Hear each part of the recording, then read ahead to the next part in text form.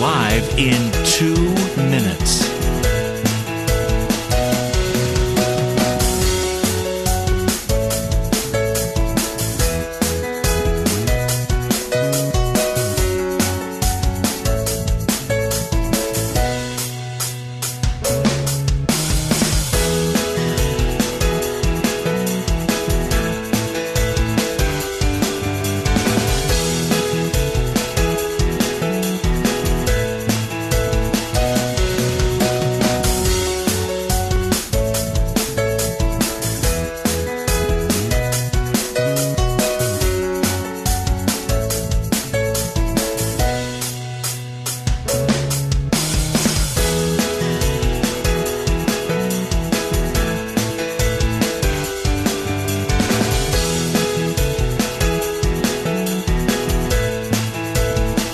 Lynn Cullen live in 1 minute.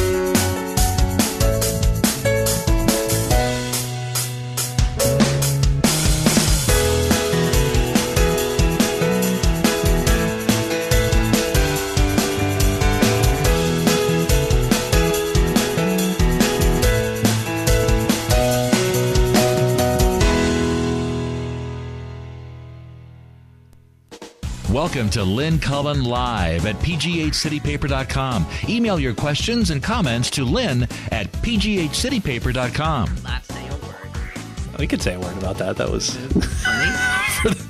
for those watching on video. That was my symbolic emasculation. Right Yes, it was. His mic, which was so jauntily up, pointing directly at his mouth, went crashed. I hope that's not some kind of a precursor to the program today. Welcome, everybody. It's Wednesday. It is. That's why you're here. Yep. It's the 30th of January. I'm looking at some very dark clouds coming our way. Oh, wow. I love the idea of severe thunderstorms in January. Tornadoes in January. It's weird, huh? How warm it is? Yes. I went outside this morning at an early hour to pick up the newspapers. I was wearing, not that I want any of you to imagine this, a rather skimpy night garment. Dear me. And I was barefoot. And I went out, and I have to tell you... And the door locked behind you. No, oh, God, that did happen to me once. Yeah, at really? the Plaza Hotel in New York. Ah, very good. Oh, my God. Anyway, no, it did not. Was somebody on the other side of the door? But I could, thank God, like a maid walked by. Yeah, okay, that's good. Yes, yeah, right. Help! Please, help. Anyway, so you were out getting your paper. I could not believe how warm. I mean, it felt warm. I'm barefoot. Yeah. Yow. Yeah. All right. Well, we won't be saying this tomorrow. I mean, but still, it's odd. It's just odd. And not right. Chunt natural. No, tain't natural. Okay, so listen, I got lots of things to talk about. I'm going to send them. I see the headline crustacean brain, so I see we got something to look forward to. No, yes, today. there are, and I want to talk about Right. crustacean brains and bird brains. Okay. And so that's like the science part Oh, of the okay. All right, great. hour. Yeah. You like it when we I do get like into the that science stuff. part of the show, Okay, me too. But let's just start things off a little bit heavy, okay? Right. I read this in the paper today. I knew this to be true, but somehow reading it just made me crazy. This sentence. Federal law bars the Bureau of Alcohol, Tobacco, Firearms, and Explosives from keeping track of guns. It does. Also, their purview over alcohol, tobacco, and explosives is limited as well. Well, what the hell do you think it's there for? Yeah. Federal law precludes Right. the agency that its mission is to keep track of guns from keeping track of guns. Yeah. That's how far. Yeah. There it is in a nutshell. Yeah. That's how far afield we've gone. Yeah. It's got to be pulled back. This is insane. Yeah. The only time the ATF, when did they add the explosives part? I don't know. I was just thinking that when you said the explosives. I know. thought, yeah, that's interesting. Well, so anyway, when the only time the ATF can ATFE. the ATFE can start looking into tracking where a gun came from, where it went, is after it has been used to kill someone. Yeah, right. Well, how much damn sense does that make? Well, Lynn, guns don't kill people. Oh, dear People God kill people. in heaven. It's a little like the how the CDCs were prevented. Yes. Have been prevented from doing any kind of research. study of research, which, it's that great self-fulfilling prophecy that those guys are so good at creating for themselves. You prevent quality research from being done and then say there's no research to show this where is are you getting effective. that? Yeah, That's where are right. these numbers coming from? They're all So you suspect. prevent any effort on the part of public health people from actually figuring out the impact on us of Right. readily available Which guns. again, it should be zero. If guns don't kill people, then the result of those studies should be Pretty much zero. that actually all of those murder victims are still alive. Whoa! Didn't see that coming. Must have been some kind of rounding error. And anyway, this article goes on to say how they are denied in this day and age when everything is at the touch of your finger. Yes. The place in which the treasure trove of the few guns that the ATF apparently does have information about is in some little strip mall in West Virginia. I am not kidding you. And there are no computers. None. They have pictures of all the guns. If you want to look for a specific gun, you literally have to sort through pictures. Get this. 2 shifts of workers spend their days taking staples out of paper.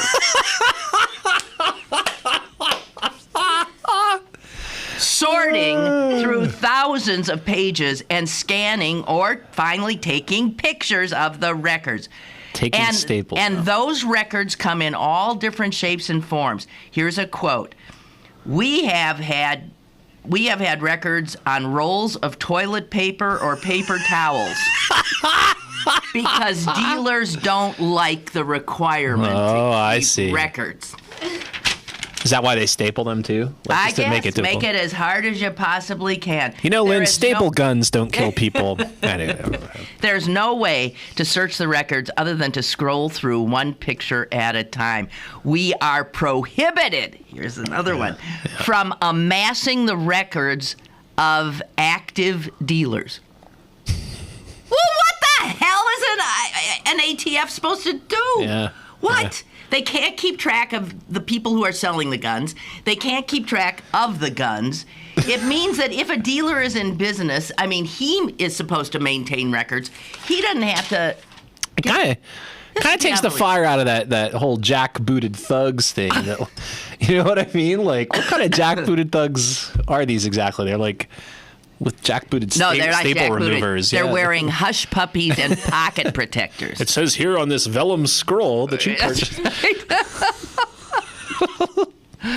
I don't know. Here we're laughing, but it's so not funny. The bright side of this, and we have a little bit of this online this morning, and a link to the full survey, but there's just a survey out this morning from Quinnipiac University, which is a respected polling outlet, and they actually showed a broad, and I mean in some cases real broad support for a lot of the gun control regulations that are being discussed in Washington.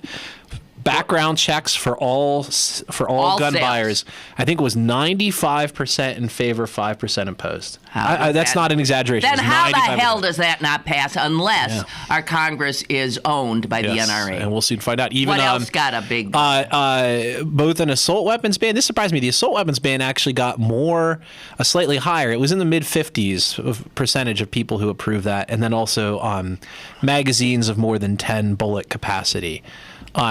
those two are also broadly favored. It was 55 to something or other. Okay. Beyond So, and what was interesting too is they broke it down by, and I haven't seen this done in many polls, they broke it down by whether the respondent lived in an urban area, a suburban area, or a rural area. And as you can imagine, the rural people were against anything and the urban people were all for it. What was interesting is on the specific policy questions on the assault weapon ban, on the extended magazine ban, people in the suburbs voted within a percentage point or two of people in the urban areas.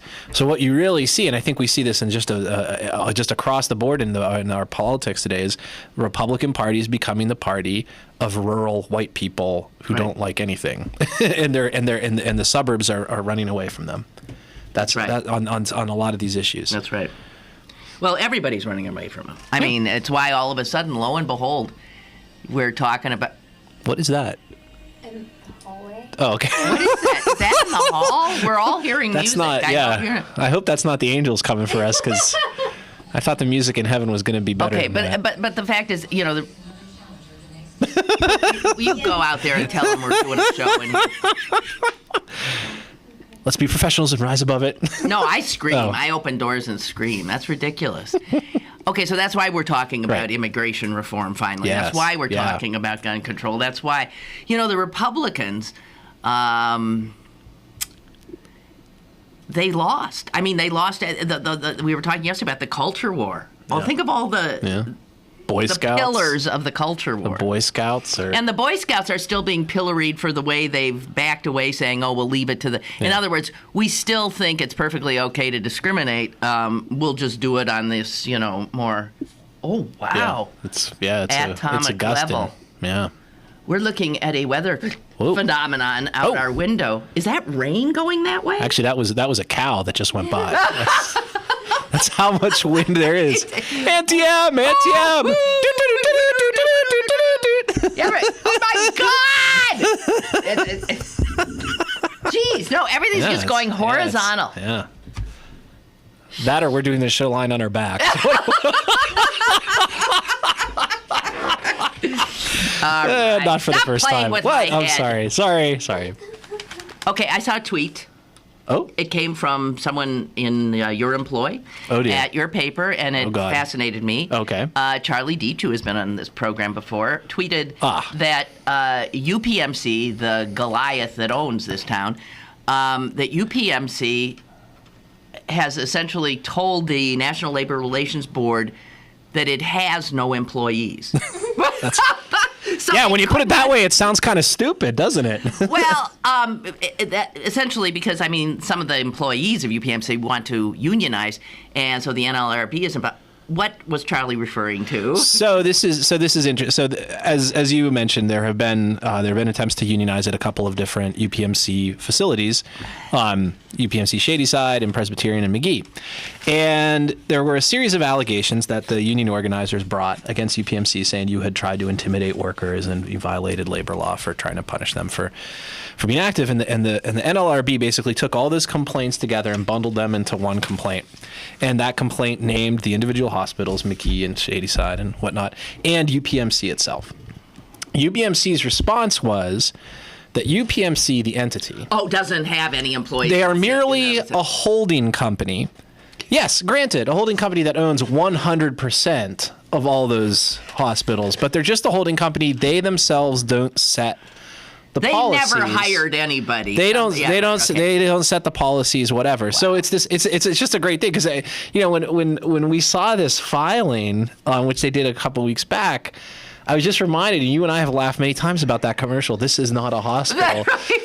Like, these are not our employees. These are not employees. They come to work here. You know, that's the funny thing. If you go on, it's really funny, because if you go on to the UPM, I mean, what they're doing, obviously, is this sort of legal stratagem, which Charlie talked to a labor law expert who just said it was a really silly It's a stalling tactic. Yeah, and even if it were true, the other thing she said is, even if that were true, that's the kind of thing you find out in the course of a hearing. What they're trying to do is have the complaint against themselves tossed out entirely. So, But I mean, what's funny is if you go to upmc.com now and you say, if you look at it, it says who we are. It says we're the region's largest employer with 55,000 employees. Apparently none of whom actually work for us. Yeah. So, I mean, there's no, what they're doing is they're sort of doing branding on the one side, and then when it's legally advantageous, to say the other or whatever. Right. But it is just, we were just completely sort of flummoxed by this notion. So, we couldn't get a response back from UPMC on this story. And I suggested to Charlie that maybe that was because they don't actually have a PR department. That's true. It's just been a figment of it's just some legal fiction in our imagination or whatever. Okay. All right. Well, that explains it. Yeah. I guess. I will say the individual hospitals do have their own boards.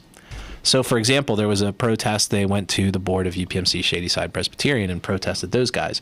But when you look at who the board members are, there's a fairly significant degree of overlap between who sits on all of these boards. So, it's a very tightly wound corporate structure. But apparently UPMC wants to, when it's advantageous to them, to claim that it's not all one big happy family. Usually I see your paper out there, and when I'm coming in, there wasn't the usual stack. What is that? The big story in your paper today? Not here today. Maybe it's. I was going to say maybe there was an American Apparel ad on the back. I don't know. There's that story, and then we also this is a first for us. We partnered with those public source people, and we have a piece about folks who've been in town know that sometimes there are tow truck operators who can be a little overzealous in discharging their responsibilities. And so a couple of years ago, City Council, in its infinite wisdom, passed a bill. I remember this. That would basically require tow truck drivers to have a license. And that way, if they didn't do right, it would be easy for the city to go back and see, okay, did you charge these people more than you were supposed to charge them by law, da-da-da-da-da. The law was approved 9-0 by council. It was signed by the mayor. It was absolutely uncontroversial. I mean, I watched video of the council proceedings. They had an attorney from the city law department up there. I don't have any problems with this bill. The chief of police gets up there, talks about it a little bit. We're now in 2013. This law was signed in April of 2010. We're now in 2013, and there are no licenses for tow trucks. And what the mayor's office told the reporter, Allie Stockton, was, the law is unenforceable. Well, what makes it unenforceable? I don't know, but what? It can't be enforced. It was passed by politicians who didn't talk to the officials who would be in charge with implementing it. But you can go and look and see them talking to Chief Harper, at council table in a public meeting. God. Yeah. So somebody dropped the ball there, I think would be the safe way to put that. There had apparently been, and I will say, in defense of the mayor's office, in the course of 2010, there were they had to go back and amend that bill twice to delay the implementation. And the reason for that was, the city just needs more time getting up to speed and figuring out how to do this licensing. But by the end of 2010, that was the last anybody heard of it. Apparently, there was a meeting between City Councilor Bill Peduto and the police chief, Nate Harper. They talked for a little bit in early 2012, and Peduto's representation was they had some concerns. Peduto said, show me the specific concerns you have with this bill, and we'll work on amending it to get it straight. And he says he never heard back from them. Okay, so what tow truck companies, have an inside track? There's just a lot of. I mean, come on. I mean, the ones there. This doesn't suggest sort of corruption somehow. I mean, one could argue there are a few ways of looking at it. That's one. I mean, I personally. I personally, there's nothing in the story that suggests corruption or incompetence. What is it? It could just be a lack of follow through. Incompetence. Okay, your word, not mine. In case there are any attorneys listening, the story doesn't really speculate as to why it hasn't happened. It's just that it absolutely hasn't happened. And if our representatives of the legislative body right. that supposedly represents us, the residents, passes something unanimously, yes. The mayor signs it, yes. Everybody, and then absolutely nothing happens, right. And you go and ask the mayor, and he goes, Wait a minute. That's a law that got passed. Yes. It has to be implemented. Yes. Wait a minute. One would think so. Okay, well... It does raise certain separation of powers questions, doesn't it? Yeah. I mean, come on. That's disgusting. All right. So front page today, it says Corbett getting resistance from Republican leadership. Oh, yeah. Yes. They don't like his thing that he wants to do with the public pensions. They don't like his liquor control board plans. I'm not so sure they like his casino plan. Yes, that's What right. is Yeah. with Corbett? Is he the only, I mean, his popularity is something like, if the election were held today, he'd get 2 votes. Yeah. Nobody He's in likes trouble. him. He's in trouble. What is it? His tin ear, or is it what's going on? I think a few things. I mean, one is, I've talked to people. I mean, I was talking to people a year or two back who work in Harrisburg and just said to me at that time, Corbett does not really have a relationship with the legislature. The legislature. Well, and it's weird. I mean, sometimes we all we'll talk about Republicans as if they're one sort of big conglomerate there, yeah. right? And that isn't true. And I think what you're seeing in some of these cases is some of the representatives are concerned. For example, with the gambling, the idea is they want to turn the lottery system over to a private operator, and that private operator wants to put keno machines into bars. In order for the private guys to get the kind of money return they want, promised. Yeah. they've got to increase the number of Pennsylvanians who are betting their hard-earned money Right. in these sucker bets. And I guess it's already at like 30% of Pennsylvanians do play the lottery. Yeah. They needed to get up to 50. So I, first of all, have like such a negative reaction to the idea that our government Right. that is supposed to be looking after our welfare Right. is in cahoots with a company in England that wants to make gamblers out of half the population playing, sucker Right. games. Right. And this is a way that we're supposed to raise money. Well, For you I'm old people, sorry. that free bus pass I saw you wearing the other day, that's funded by lottery proceeds. It says on it. It says funded by. Yeah, that's my hard-earned why- Mega Millions wager right there. Okay, yeah, you're well, spending, there's other ways the old broad. to fund things. Right. And I think so. Part of the concern is there are some Republicans who are kind of serious about the religious values of that. But I think the other side of it too is at some point there has to be a point, logically speaking, where there's only so much money you can afford to gamble, like as a person, as a state. And so there are concerns that these keno machines, especially, which are little Addictive. computer Let me tell you, screens, they're addictive. they play, they kind of play almost continuously, that these are the kinds of machines that more than a daily lottery drawing are the kind of thing that competes head to head with casinos like the Rivers Casino or the Meadows. So there's concerns that if you do the one, aren't you weakening the position of the other? Then you get into questions of the state store system. I mean, remember, a lot of these Republicans come from rural areas, and it's an open question as to how many private sector operators would be willing to open up a state store in a remote, in the middle of nowhere, right? Right. So in some ways, that system probably, I haven't looked into this, but probably you and I, as we buy our liquor from down here on Grant Street or whatever, or Smithfield, are helping to support the alcoholism of crazy right-wingers with guns. I didn't think about that until just now. When you put it that way, it seems like a really bad deal, doesn't it? So they get hammered and they give terrible answers to poll takers. Huh. At any rate, I mean, so he is definitely encountering a buzzsaw of opposition there, and that's always what's flummoxed, especially the state store stuff. I mean, That's why Tom Ridge nobody ran can into ever that. nobody can ever. Yeah, get rid of it. Corbett has not even proposed anything yet, and they're already undermining the proposal. Okay, well, I wish the election. We got a call. Oh, we do? Okay, yes. Too bad, because we were going to take We're our gonna first break. hit- Hello. Hi, caller. Caller, hello. Hello, how you doing? Good. Doing Hey, great. I'm all for that. Screwing up the school teachers' pensions. Yep, Yeah. that's good for me.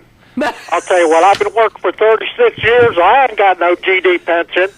I'll tell you what, right now they should make it all 401ks, just like everybody else. You know what I'm saying? Screw Another everybody. thing, Social Security, the people that are on there, they're collecting from their husband that has big pensions. They have to kick them off right now. That solved the problem. All right. And raise the rate of the tax on that. And that'll take care of it. Okay. See you later. Bye. Have a good day. I mean, that's the other thing. I think people should be paying close attention to this pension thing. What the governor has done, not very subtly, is said, right now, my budget anticipates flat funding, level funding for education. but I might have to change that more out of if I don't get this pension fixes that I need. And what you're really doing is essentially you're pitting the needs of students of today and teachers of today against the obligations you have made to the teachers that are retiring or have already retired. It's a dirty, and that's another thing that some Republicans of principle are starting to object to. Did you just say Republicans of principle? Yeah, Republicans have principles. They just often have the wrong ones. And I mean, again, this is these rural folks. These are not. This is people got to understand. Like, so why hasn't vouchers come to Pennsylvania in a big way? It's because a lot of these rural Pennsylvanians don't expect a voucher school or a private school to open up in Potter County, Pennsylvania. They don't expect it. The public school for them is the only game they got in town.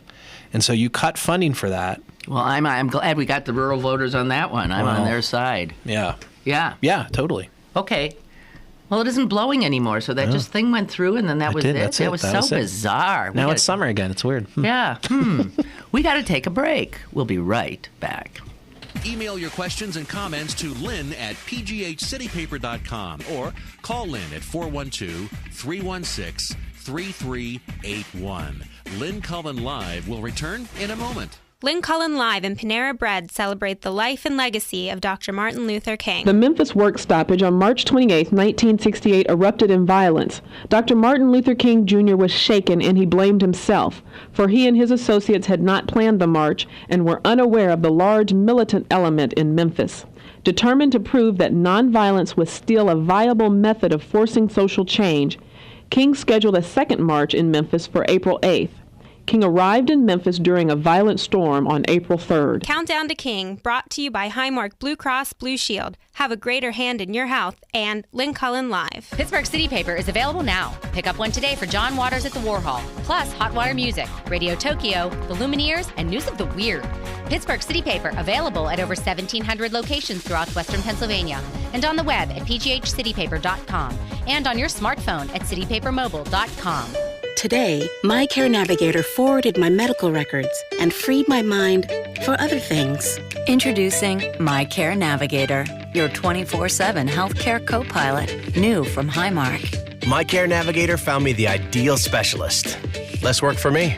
My Care Navigator makes it easier to navigate the system. Call 1-888-BLUE-428 to connect with yours today. Highmark Blue Cross Blue Shield is an independent licensee of the Blue Cross and Blue Shield Association.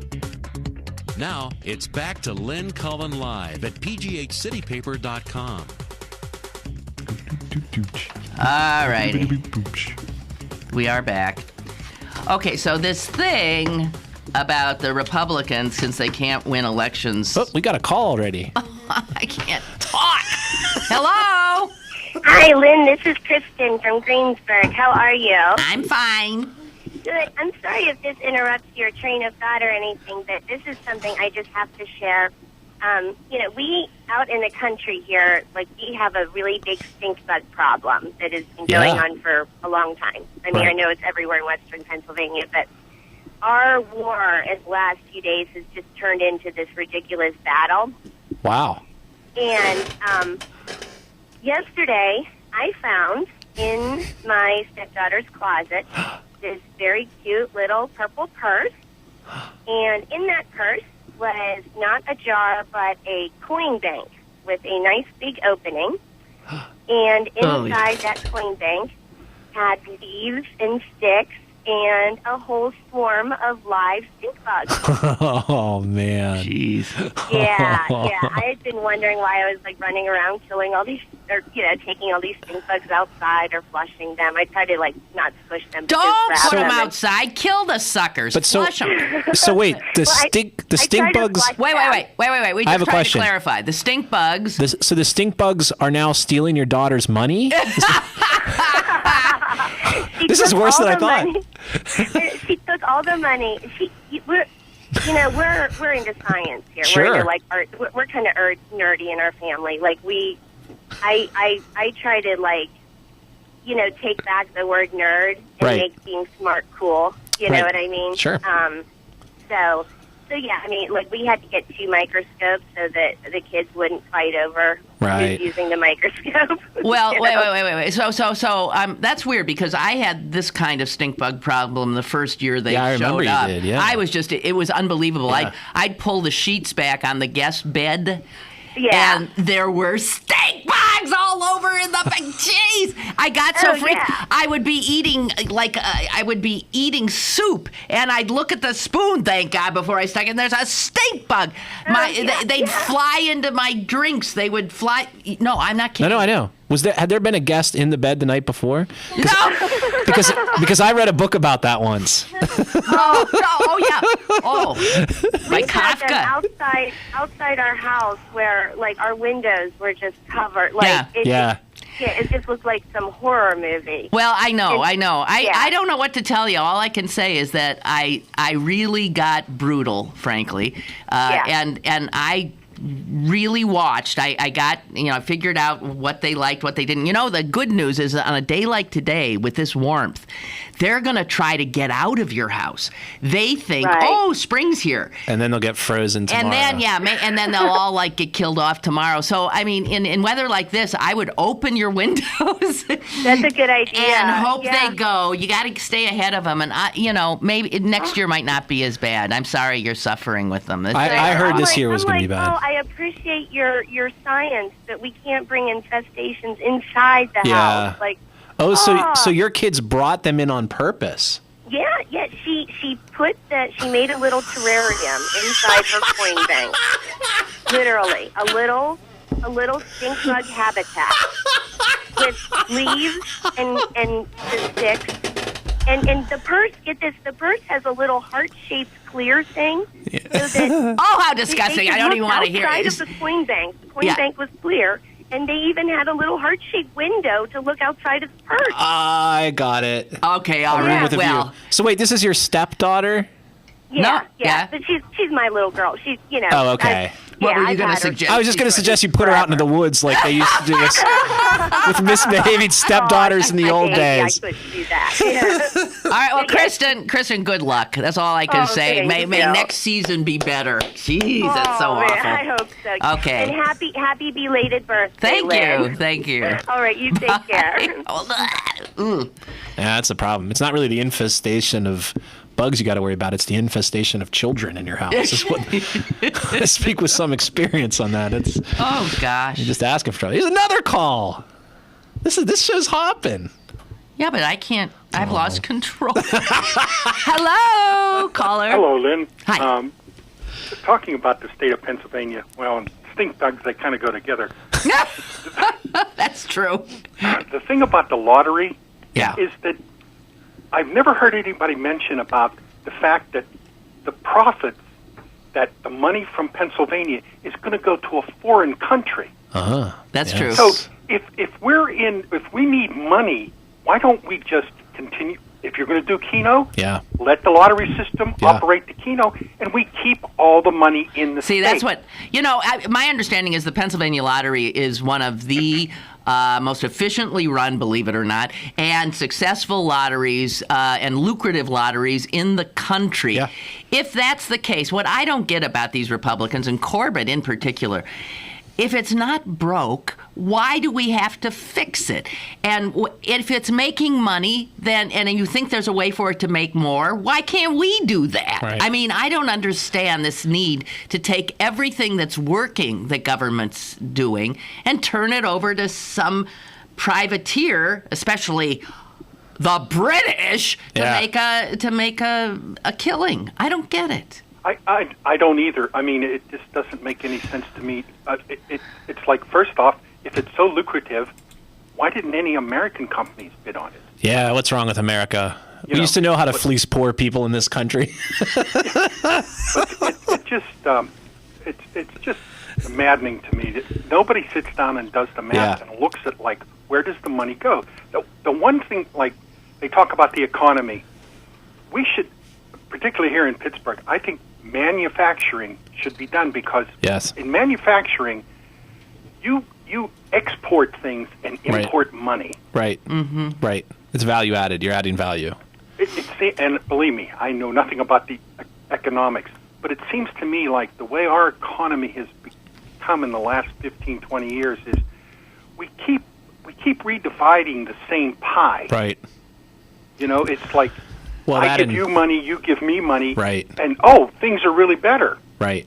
Right. You know, actually, the world is giving us money to have a good time with. I think is what when you look at the Chinese buying up U.S. debt and things like that. I mean, there's an influx of money coming into this country, and so that's helping to prop up, the very fact that most, for example, oil transactions. When people buy oil in the global market, that market is done in dollars.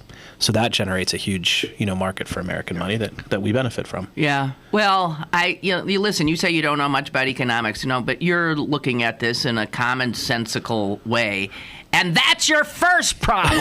That was your mistake. Just one more thing. Yeah. I worked for a state agency for a long time, a few years ago, and they talked about privatizing my agency.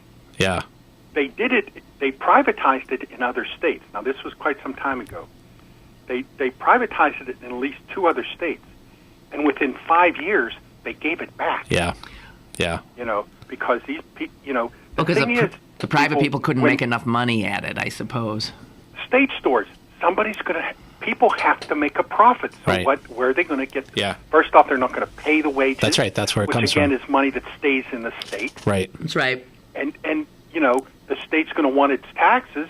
So eventually prices will go up. I mean, look what's happening with selling the roads. What is it in? Texas is doing it. I know. They sold off the. What was the thing about they sold off the parking meters in Chicago? Yeah, they Chicago, did. Oh, yeah. And there's a big stink about that. Yeah. Things went sky high there. That's true. The rates are going up like crazy. Yeah. And people are just enraged. Yeah. Well, you got it, and I appreciate the call. It's really good points. Thank you. Yeah, I mean, I would very often with these privatization things, the advantage, quote unquote, is cash in hand up front. Right, so you'll find a lot of times, and I'm not saying that that's necessarily true in this particular case because I'm not. But it's a kind of short-sighted. Exactly, it was just funny because usually Republicans are the ones who pride themselves on their fiscal prudence, but very often what they do is they'll pass some tax cuts, quick fix, and then they'll sell some stuff off to pay for the tax cuts in the short term, and then God help us down the road. I think in this case the deal is also structured that there's a certain revenue guarantee. That the state is, that it's supposed to be contractually binding, that the state is supposed to get X extra dollars of money. But, I think we saw in the, in the great fiasco of 2007, 2008, that a lot of times the private sector's guarantees can't be trusted because if the bottom falls out, what if this company goes bankrupt or the people insuring their debt goes bankrupt? I mean, there are very few. These things are sold as it's a rock-solid proposition, but I think if we've learned anything in the past 10 years, it's that nothing's a rock-solid proposition. Boy, oh boy, oh boy. So, let's see if I can get this in. Yes. Just unplug the phone. The Republicans, because they can't win elections in the old-fashioned way, are, trying to jerry-rig the way the game gets played, only in some states where jerry-rigging it would benefit them, keeping things as they are in the states, of course, where the old way works for them. And this is really a threat, because if they had this scheme in place in November, Mitt Romney would be president of the United States, despite the fact that Barack Obama got 5 million more votes. So I was really freaked when I heard this. Right. The good news is, and there is some good news, in Florida, one of the states targeted, there's a lot of opposition among Republicans in the state saying, this isn't, come on. We just need to get better at what we do. Come on, guys. In Virginia, one of the states that is targeted, the Republican governor said no. And it's scuttled. It's scuttled in Virginia. Yeah. In Michigan, it's still somewhat alive. In Ohio, even Ohio, which you would expect to, it doesn't look like it's going to fly there. There's only 2 states that it really looks like it's getting it ain't dead at all. Yeah. It ain't even wounded yet. And guess what one of them is? Pennsylvania. Yeah, right. It's alive and well here. And Pennsylvania's electoral votes went to Barack Obama in this last election. If they get their little scheme in,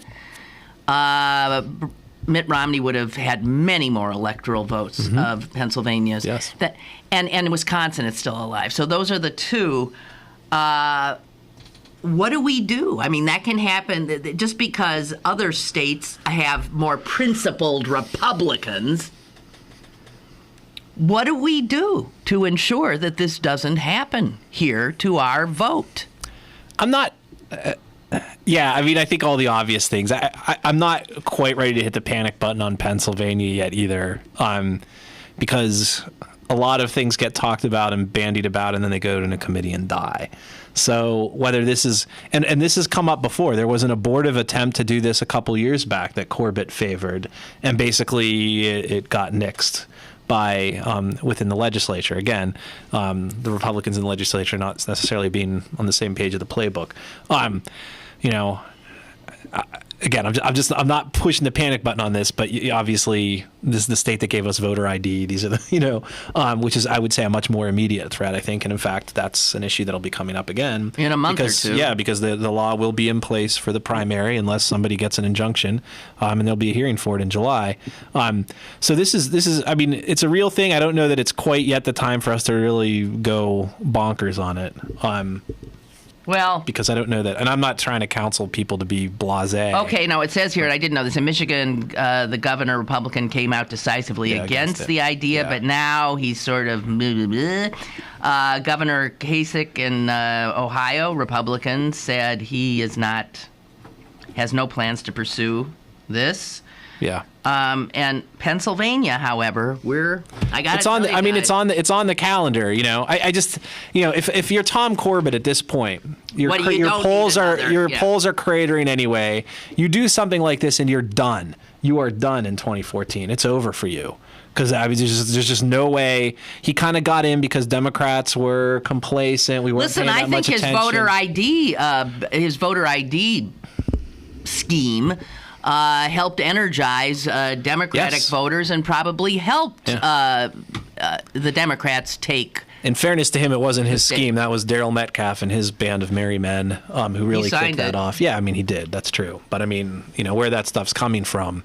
And that's the interesting thing about Corbett. I think the problem that he has is that there are parts of this party, the Republican Party in Pennsylvania, who aren't Tea Party nuts, and then there are parts who are, and he's trying to triangulate between all these different things. And as a result, even within his own party, there's considerable dissent. You look at his numbers even within Republicans, and they're not great. They're obviously, a majority of them approve, but they're not great. By the way, Barack Obama's approval ratings are really nice and high right now. 60% of Americans think he's doing a great job, approve of what he's doing.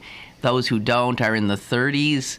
And that's as high as it's been since very early in his... At the very moment he does an inaugural speech that puts forth some progressive views, it's almost as if one might want to rethink their long-held proposition that America was a center-right nation, isn't it, Lynn? Yes. Well, no, it's been center-right, but now it's pulling back to center, whether we can push it to center-left, but then we got to be careful because this is a country that always puts the brakes on when they perceive things getting out of hand. But Jesus, it took them a long time to put the brakes on this time. Wow. Yeah. I'm really stunned. I think, and they were stunned too. I'm stunned because I didn't think the American people were ever going to wake up. Yeah. Sorry. I know. It's great.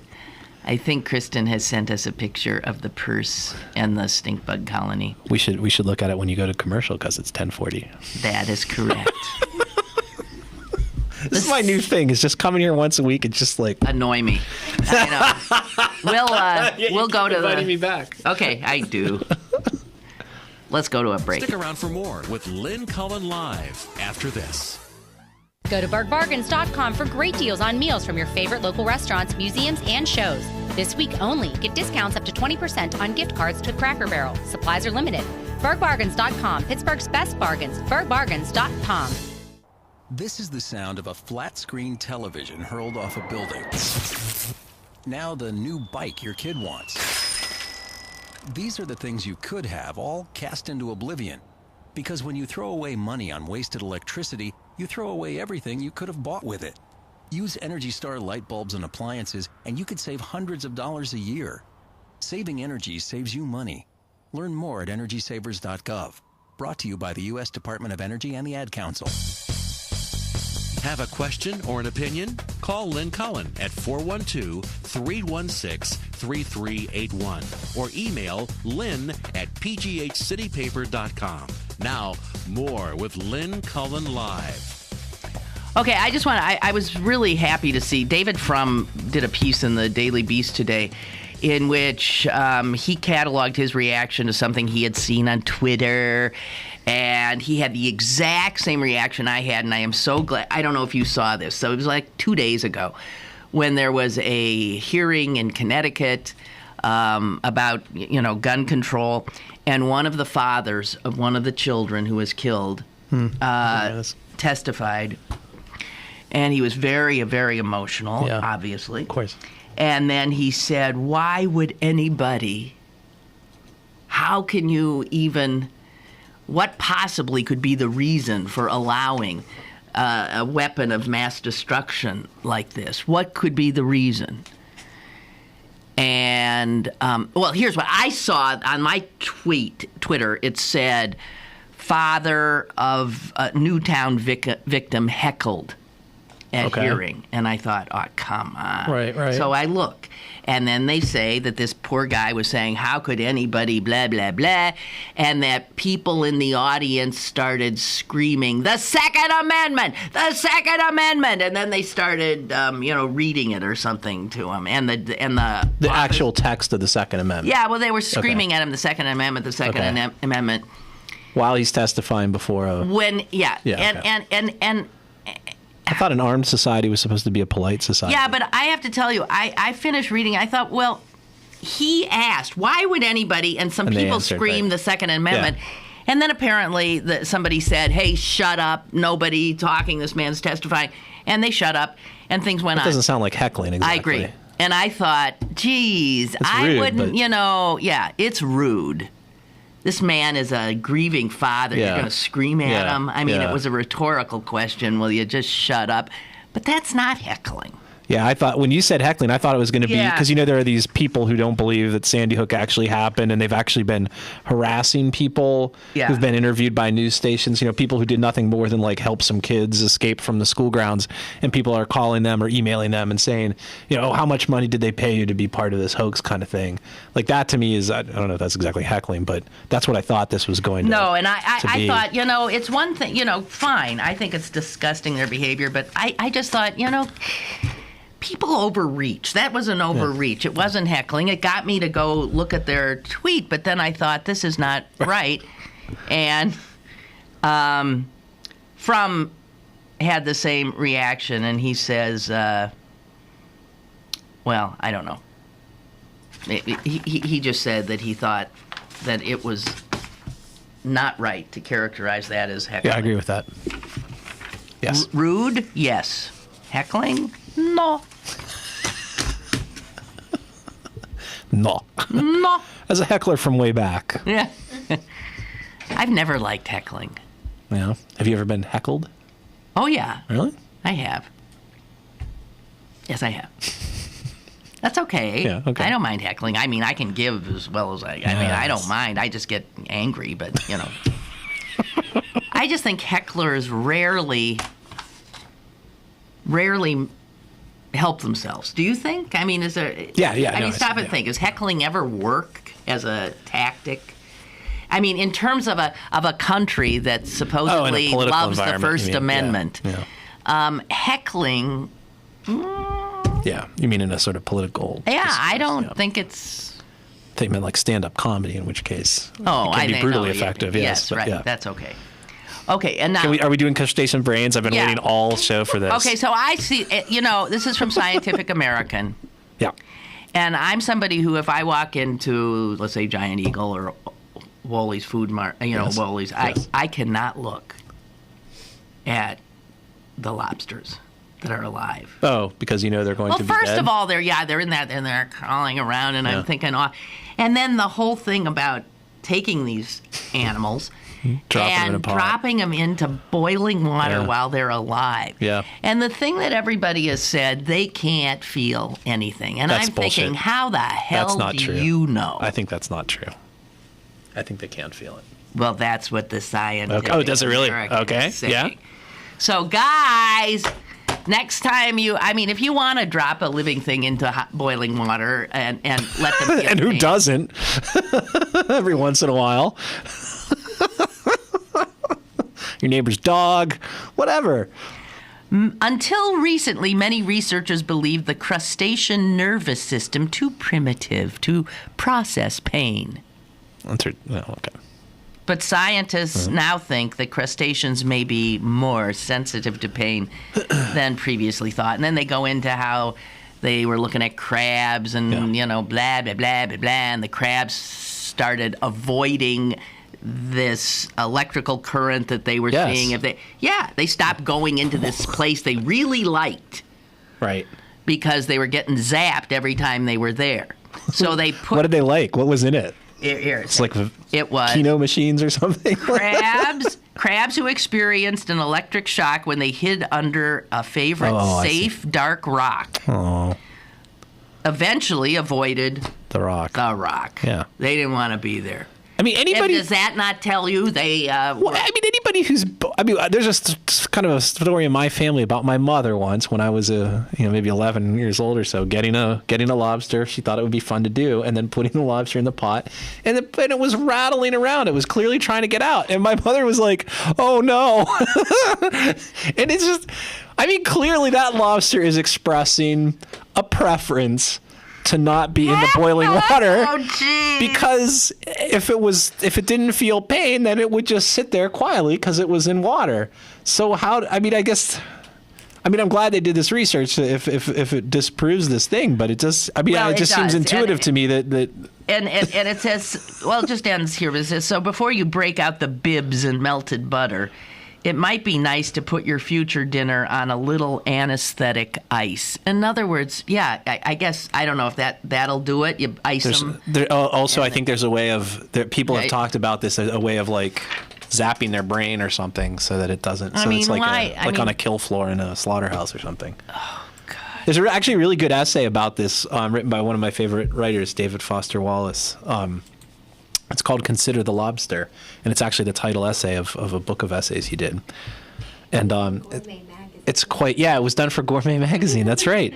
And it starts out like a lot of, some other David Foster Wallace things do, is it's sort of a lighthearted thing where he goes to the lobster festival in Maine, and then like halfway through, it just all of a sudden does this amazing gear switching. And it's like, do lobsters... And it becomes all about the ethics of eating just animals in general.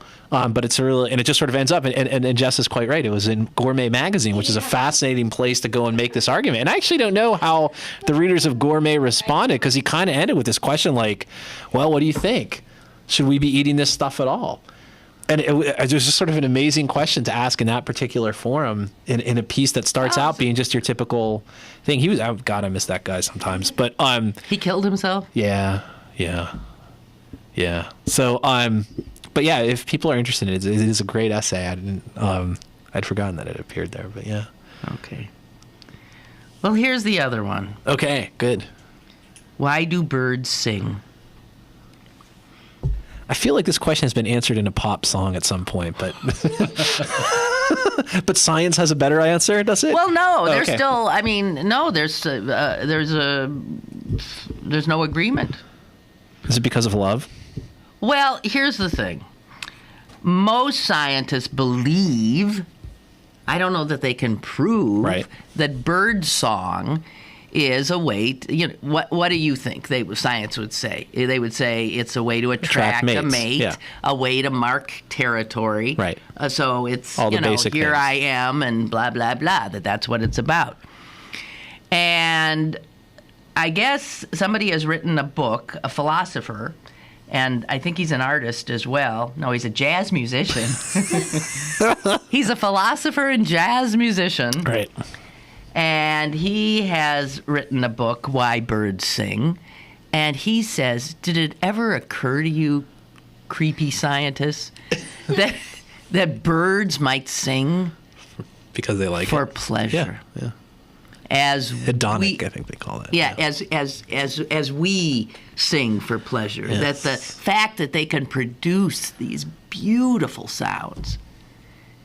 You know, there was a piece in the Post-Gazette today on page 2 where some people can write in and they can write a little essay. And a woman wrote an essay about sitting in her car on Highland Avenue waiting for her husband, I guess, to come out of the, pharmacy there. And she hears this cacophony. Oh, the crows. The crows, East End crows. The East End crows. Yeah. And she's looking, and they're like, she says it was like 150. I mean, they just kept coming and coming, and the racket. And she was most amazed at how, as she looked at the people on the street and standing at the bus stops, how none of them appeared to, none of them were looking up. Yeah. None of them appeared to be taking it in, which blew her mind. It blows my mind, too, because I think those crows are astonishing. Yeah. And do you see them every day, though? Because I used to live over, and I always thought they were interesting, but, I lived in that neighborhood for 2 years. Well, the noise gets, the noise can get actually unbelievable, but there's a certain time of day, usually around 4 p.m. Yes, right. Yeah. Right? Yeah. Where they come from everywhere, and they have a meeting. They meet at 4. Yeah. They meet at 4. I am telling you. That's when the best drink specials are. That's why. And there are times, usually, the meeting can be, she says she's been told that they meet at Homewood Cemetery. Yes, they're in Homewood Cemetery. They also have been known to meet on my street. Yeah. They've been known to meet I see them all the time in North Point Breeze and Homewood. Yeah. That's right. Right in that area. Right. Yeah. And on a day like today when, the trees without their leaves are, these sculptural, gorgeous, black limbs against a white sky. When those birds decide to congregate in one of them, the picture is so mind-blowing. Yeah. It's a crow tree. It is, and it's gorgeous. Gorgeous. But that they do this every day. Yeah. And sometimes you see them, they just keep coming and coming and coming. And they'll come in huge groups. And they often are coming from Homewood Cemetery because they're meeting over in Highland Park. Right. The meeting today is in Highland Park. And somehow word gets around. Right. And then you'll see there's always like a few stragglers. They tweet it. They tweet it. So I'm telling you, it's very good. So they go. That was so stupid. Yeah. The parade of birds all heading to the same place can go on for like 10, 15 minutes. There's so many of them. Yeah, it's a thing to see. And it's always so funny to see the few little stragglers at the end. Hey guys, wait up. Like, maybe after you finally they finally, you'll see like one trying to catch up. And all the other crows were talking about him until just before he got there. So when you're thinking of birdsong, you don't think of crows as having a beautiful song, because they don't. But they surely are communicating with each other. But so is this just his theory, or did he actually have some evidence that suggested that there was... Well, no, it says here that in 2007, the BBC set out to pit the two leading explanations evolutionary biologists have of why birds sing against the theory of pleasure-driven bird song. And the result is, apparently, a fascinating documentary available online in its entirety. Oh, that would be interesting. Okay? Where would one find it? Do you think they tell you? No. Maybe that's what the crows were doing. They're all... Okay, but so just look for why birds... Shut up. Why birds sing, a journey into the mystery of birdsong. Okay. Google that, and I think you'll probably find it. But you should tweet it from your Twitter account if you get a hold of it. Okay. Because I would like to see that. This guy who says... The musician who says, I think he argues that birdsong has the formal properties of music and is motivated by pleasure. And that to think that these birds do not have emotional lives is absurd. Yeah, I agree with that 100%. I do too. There are It's some. like when you know dolphins have language, right? Yes, I mean, you know they do exactly right. have some. And, Right. and you look at a lot of these animals, you can just, they're plain sometimes. They're plain. There's Absolutely. there's no motive beyond. Sometimes they're them doing showing it. off. Yeah, I think that's Yeah. true. Yeah. And, there's some birds with the most glorious voices Right. that you could just. I had a guy deliver something to my door the other day, and I opened, the doorbell rang. I ran. I opened the door, but he was looking not in, he was looking out. And so when I opened it, there was a back.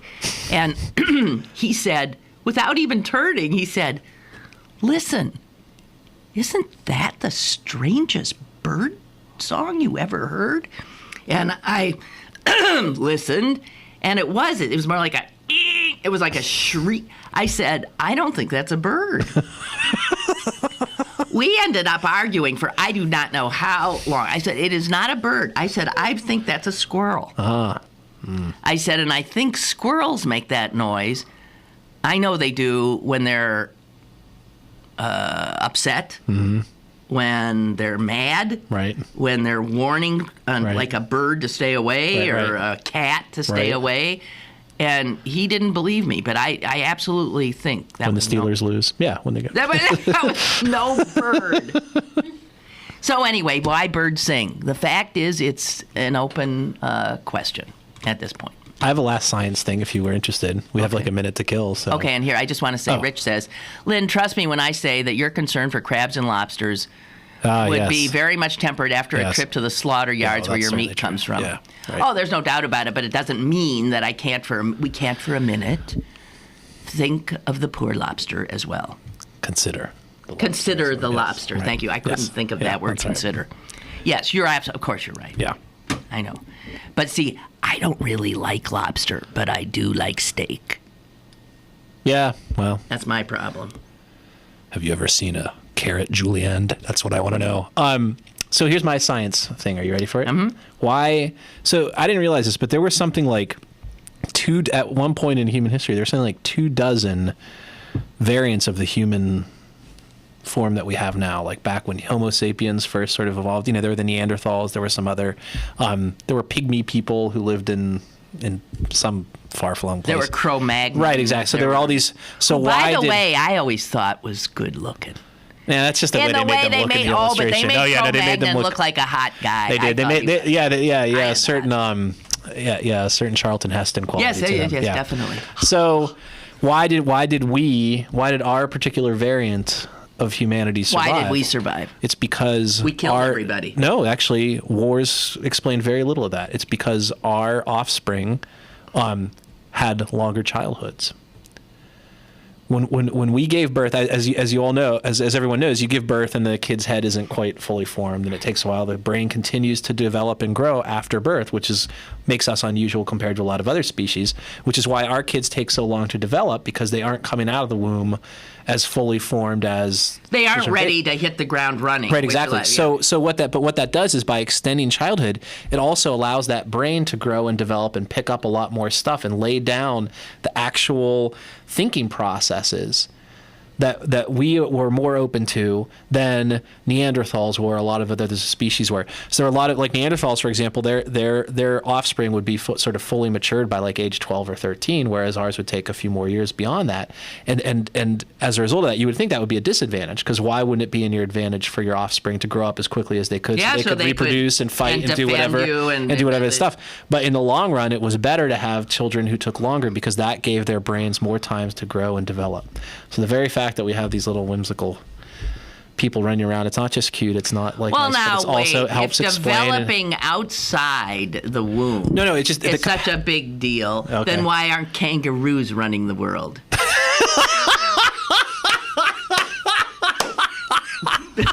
That is a great question. Why indeed? Well, probably because they were potentially because they don't have opposable thumbs, I don't think, and they're on an isolated island. How are they ever going to get off of it? They weren't part of, it wasn't easy to get from, Africa has access to. Yeah, that's true. They were all stuck down there. That should be the tweet for the show. Why aren't kangaroos ruling the world? I think that's the Lynn Cullen show, where we ask the deep questions. We're not afraid. And I want to know what happened. What was that one little scary horizontal rain thing. gust thing that happened, and then it's absolutely calm as hell. Yeah. Well, of course, you can't tell because all we're looking at are it's not raining. solid No, buildings. it's not raining. You couldn't tell if the wind was blowing looking at that landscape. Yeah, that's right. Yeah, that's true. There's not a flag. There's not a flag out there. Oh, yeah, there's a flag. I see one. And it's doing what flags do in a very, it's going like this. It doesn't look... It's that come hither wave that sometimes flags do, right. if you know what I this. mean. It's like really very lovely. It doesn't look distressed. I think we're done. I think we were done 45 seconds ago. But yes, thanks as always. Tomorrow, Mr. Sokolowski. Excellent. Today, Chris Potter, I thank you. Thank you. Have a great day. Don't blow away.